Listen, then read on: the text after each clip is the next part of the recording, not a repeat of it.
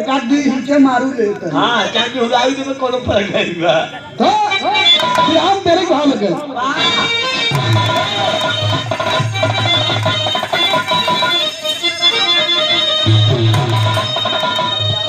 सयास बारी धनिया कह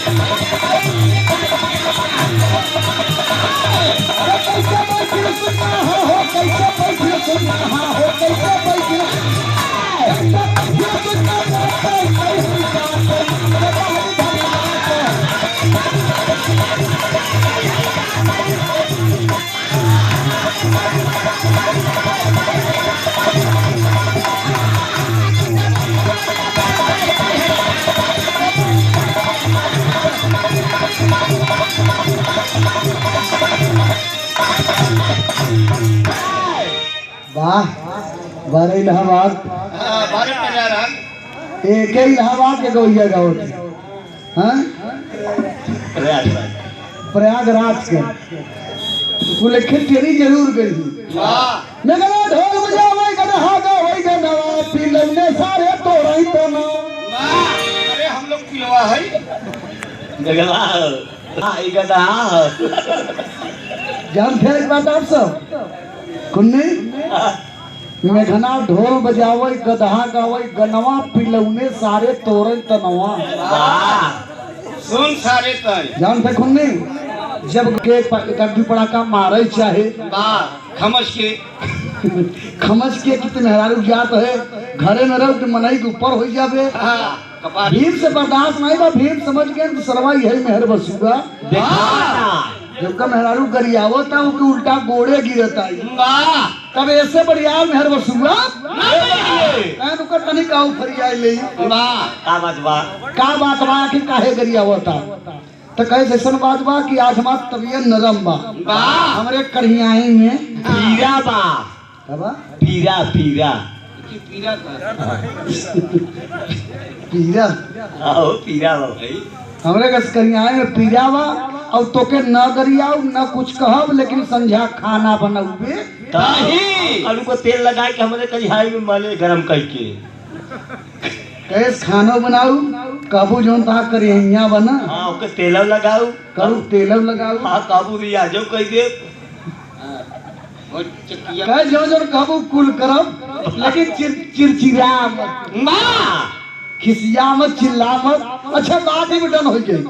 और अनियार हो वाला बा कहीं जा जल्दी करा खाना बनावा टाइम से खाना मिले के चाहिए और अगर खाना न मिला तब हां जानता भरिया ही काले तो जरे नाती ये अपन बेचारा खाना बनाते जब गवा खाना वाले रूम में मड़ई में तो एक लाइन तर्ज लगी रुचि बाय बा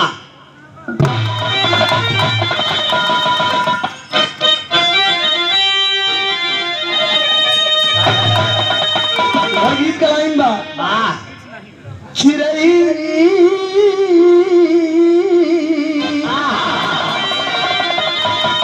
अरे चिरई जे हमर हती मायरिया उन्हीं चली आई तिरौरी दुवरिया चुन चुन खाई छाती का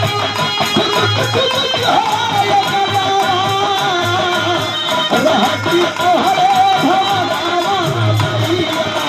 रहती तोहरे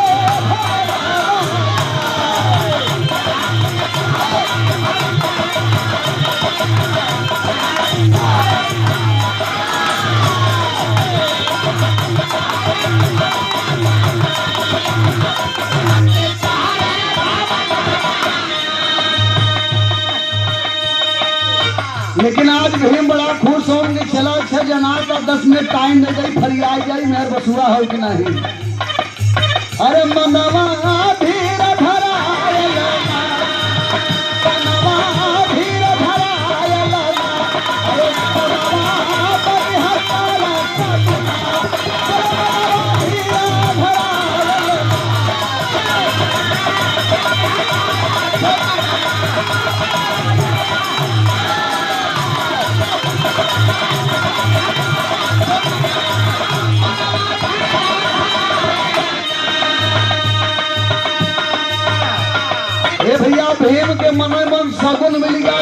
बस। जब वो मेहर बसुआ खाना बनावे बदे गवा जैसे दिया जलाए वाह यही संजय बेला के बखत रही और पुरवा चला भूख से दिया बुताइया हाँ एक कई ठिकाने रही ओकरे बाद ओकर बाद खाली खुखा बचा रहा करे लगे घरे से फेन दौड़ के आई मेहरुआ से कहे कोहो कड़िया तब एक रही खत्म हो गई। वाह अब खनवा कैसे बनाई हम वाह कभी डाटे से मुंह फुकाऊ तू जहाँ जाबे ना वहाँ पथरा पानी बन हाँ हाँ ऐसा लक्षण बा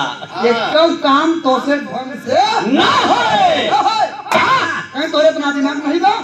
कैसे नाती हाँ, चला जा बगल में से आगी मांग के ले जाओ। जो भौजी से अपने आके मांग लिया अच्छा पहले 10-20 साल पहले लोग बगल से भी आगे लेके आवत रहे अपन काम चला लेते रहे। हाँ? अब कहाँ चलत है यार आप तो आगे आने जाते ताकि लगाए देते नहीं कहीं पूछा था क्या बे वो वाह गवा भी दौड़ की वाह तो बगलिया जो नरवा खनवा बनावत रही हाँ, उ जानकार रही वाह वेद पुराण का देखा यही बिरहा से ज्ञान मिले थे ये वेद पुराण की बातें हैं। उ जानकार रही देखे कि तेली आई आगे मांगता तो वह बिना दिन कौन रहा खरवार मंगल रहा मंगल कौन रहा मंगल मंगल रहा तू जानकार रही साफ साफ मना कर जैसे खड़ा कर मैं तुम्हें आज आगे नहीं दे सकती हूँ कहीं का है उ जानत रहे कि अगर इतवार के आपो सब जान ले इतवार मंगर के जे खरवार के तेली भाई के आगे दे दे हाँ तेका जानला नासई बा हाँ हो वेद पुराण का तो हम नहीं कर देंगे इतवार मंगर के तेली के आगे दे देवे चला वहिया से विनाश उ जानकार रही जो खनवा बनाओ तो रही साफ साफ मना कर दे वाह चला जा मैं तुम्हें आगे नहीं दे सकती हूँ अभी मोहल्लत का है कि आई बराबर पूछा था कस हो कहीं आगे नहीं देश खाली परिवार मौसम लेके गया है तो आगे कहीं तो आगे नहीं देश कौन रही कौन मेरा रू कहीं चला हम देखी तक कहीं चला पता ऐसे थोड़ा क्या बनू तू बैठा ही नहीं बैठा बोले ही अच्छा जब कही तो बैठा तो बेचारा बैठ जाए जब कह खड़ा हो तो खड़ा हो जाए इतना पक्का मेहर बसुआरा भीम देखत है तो बेचारा बैठ खड़ा हो भैया जब वो बैठा तब ओका मेहरारू कहता तोहरे हम कंधे पे बैठे हाँ और दोनों ओरी गोल करके बैठा एक टाइम कितने चपकी गई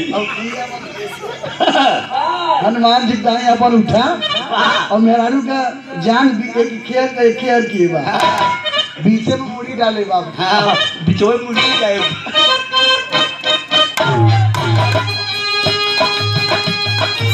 लिया के संग गए रखे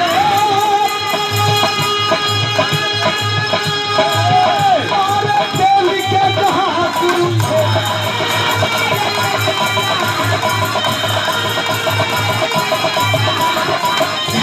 अरे मनवा धीरे भरा आयल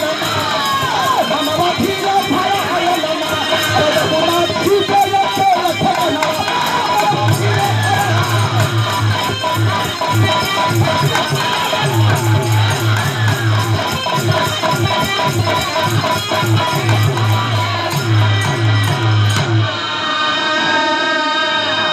अच्छा हर काम आगे मिली नहीं मिले अपन बेचारा अकेले चला जाता रहा मारो खाए रहा आगे मिली नहीं खाना टाइम से बने नहीं वाह बेचारा एक जगह रोते रोते अपन चल दे रहा भी पहुंच गया कहीं हाँ यार तो काम में हरी चिकन पड़ाए है पुजारी गरिया होता चल तुम नौकरी लगवाई नहीं 20,000 रुपया महीना तो कितवा मेहरानी को जरूरत नहीं पड़े तो पैसा रहे बनाए मेहरानी भी नहीं रे 20,000 सैलरी तो कितवा हमारे संगे चलबे खुश रहो 20,000 हाय हाय आज के हिसाब से बताई देते है वो जमाने में अपन जीवन रहा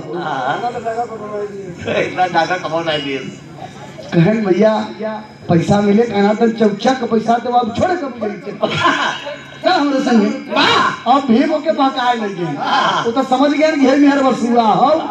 बड़ा मुश्किल से ही मिला एक छोड़ब ना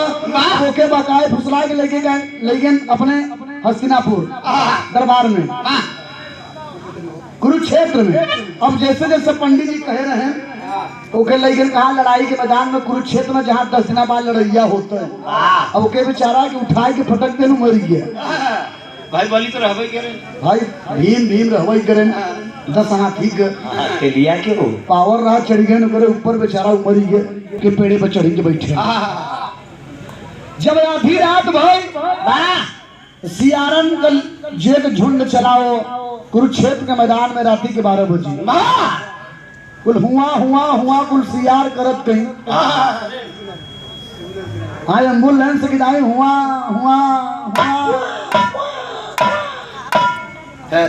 कुल अपन पकड़ी के पेड़े के नीचे पहुंचे और भीम जब 12 बजे राती में देखत है एक झुआ सियार लेकिन कुछ बोलत ना है कहने ना है तो आए हम का करिए कि खाली हमें देखे के बाद तो वही कुल सियारन में एक सियार बड़ा फरहर रहा बड़ा एडवांस रहा जेकर नाम था रामलाल नहीं हो जो फरहर सियार रहा जब ताजी माटी देखे तो लगाया अपन वही से खुरबुर नहीं जब खाने लगा तो मैं जब सियारन का चौधरी रहा एक आंखी के काना रहा सुबेदार चौधरी हाँ वो मेठ रहा तो गवाह ओके डाटस का बेटवा यहाँ मत खाना यहाँ केहू का लाश गाड़ी बा लाश जैसे बा वैसे पड़ी रहा इधर एक छूबे तो बड़ा खतरा हो गया एक छूबे तो करे करौना भाड़ा जो गाड़ा बा छिड़कानी मत करे कहीं बेटवा के छूबे में नहीं के खाए लेवे कुछ नहीं कोरोना हो जाए लाश गरीब रहा इधर लेकिन मिला के दद्दा बड़ी जोर से भूख लगी बा हमें कोनो मनुष्य का लाश गाड़ी में निकाल के खावा जाए हमसे कनवास यार आखिरी भाव में समझावा था का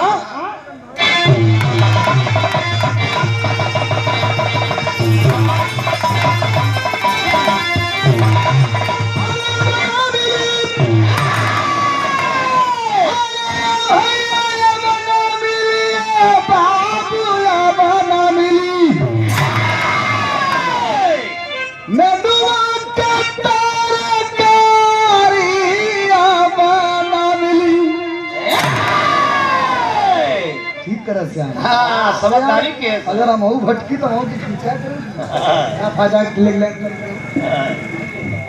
अब ना मिली भैया अब ना मिली देसी घी का सवारी अब ना मिली हाँ अभी अब तक इकुल मिले तई वहां तक जब न मिले तब न मिले लेकिन अब हाँ मिले तो लेकिन अब का न मिले था भैया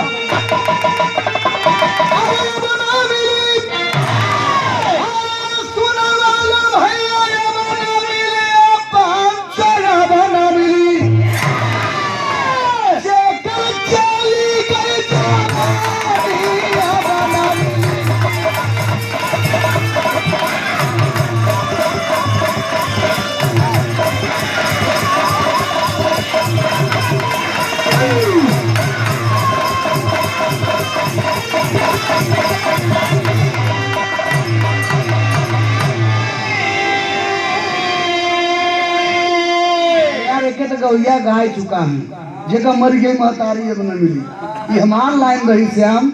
जेकर चली गई जवानी जवानी ऐसा चीज भैया जिंदगी में एक ही बेर आवेले वो आए तो चुकरत कई कैसे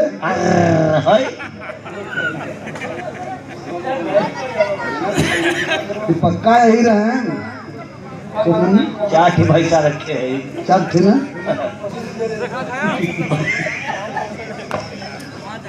को कहना है आखिरी लाइन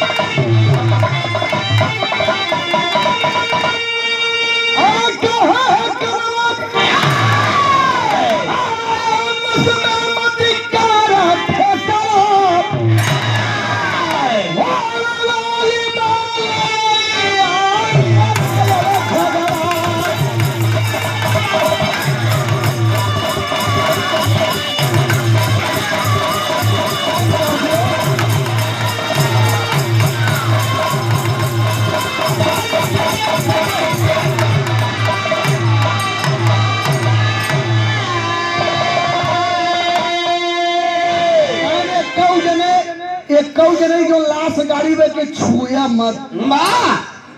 एक चक्कर छोड़ो और ना गई लाश खा के चक्कर में पड़ा है जन भक्ता बड़की भूख हवा ना सरव हो रहे एक जने जान से हाथ धोई जावे, एक जने बचबे न वाह एक सबके कोरोना हो गया। वायरस बड़ा चीज फैली। समझ ले सब सिया के आए के कहीं कहाँ मर जाओ चाहे कहाँ सम खा गए सब सियार, सम खा गए सब सियार। कहते हैं क्या कहते हो दादा, उसके आगे गलवा बोला प्यार नहीं बा।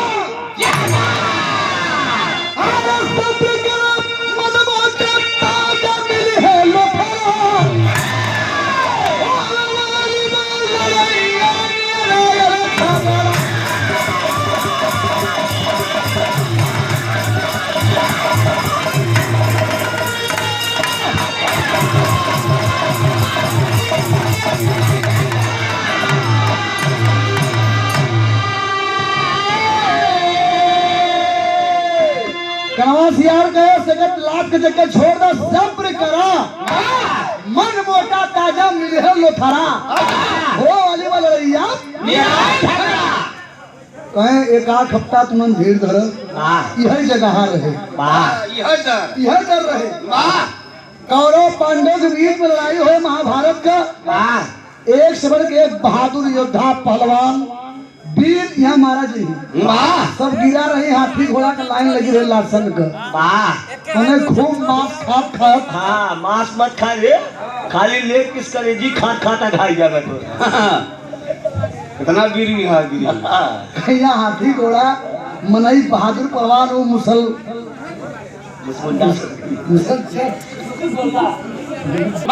देखो नाम का सियार रहा, सियारन का बच्चा रहा, पोछ उठाए रहा, खड़ी करे आप पोछ कान खड़ी खड़ी किए दौड़ के आए के दत्ता दत्ता के बाद पूछिए के बाद पूछी चुप पुजारी सारे का पूछ ले के कर क्या हो अरे आधी रात के बाद सोए नहीं। हाँ बता जगता है करे पियोगे नहीं का रे का नाम राव कर आर्यन आर्यन अच्छे आओ ओकर नाम रहा पिंटू तो सियार भाई छोटे सियार में लगा नहीं आई वाह दद्दा बताई दे दद्दा लगा नहीं आई अपन तो और लोग कहेंगे दद्दा बताई कहीं देते हैं। सरवा लड़का बहुत सार भाई बहुत जिद्दी भाई सरवा माने न बहुत साल भाई ईमाने ने जब से के बताऊंगे ना के बताई तो पूछत का बात पूछ कहाँ पूछे चाहते थे तब बताओ था का नन्हा सा एक बच्चा बोला बुढ़ा से ललकार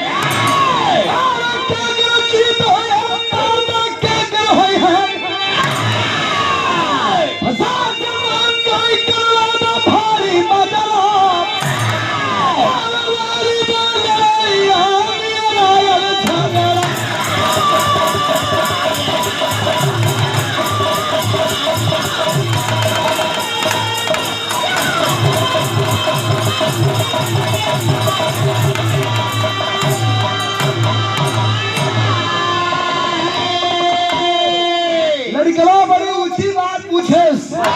कनवा सियार चौधरी से कह दद्दा ये पूछे चाहते लड़ैया के जीते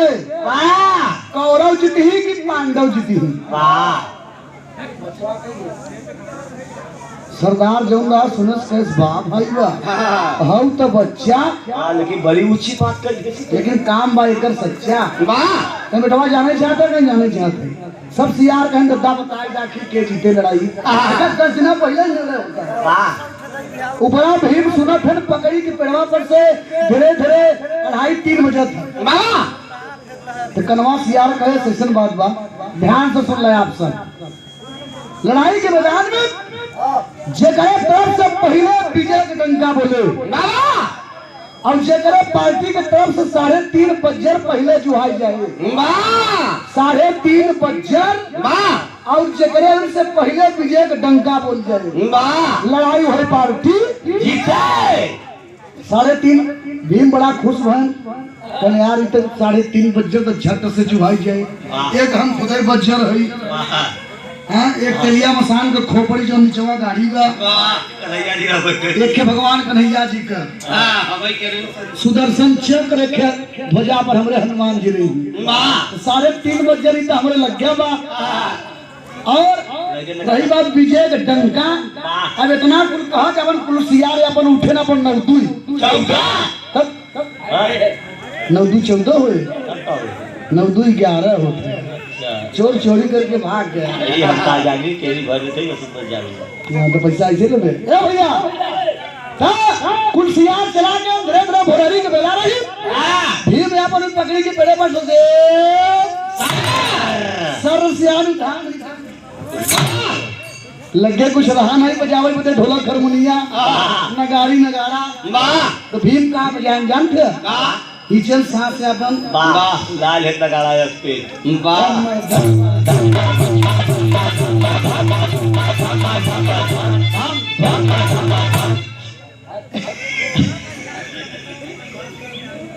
टंकी खोलेगा अपन पेटे बजाए गए भाई टुटका पूरा हो गया तो कोनो काम हो हर काम के एक शुद्ध साहित्य होते बियाह हो शादी हो घर द्वार हो आदमी गाड़ी घोड़ा ले अगर ओकर सही ओकर टाइम से अगर वो काम करे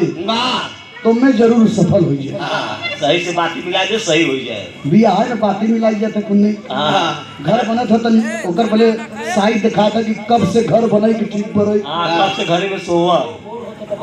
बोर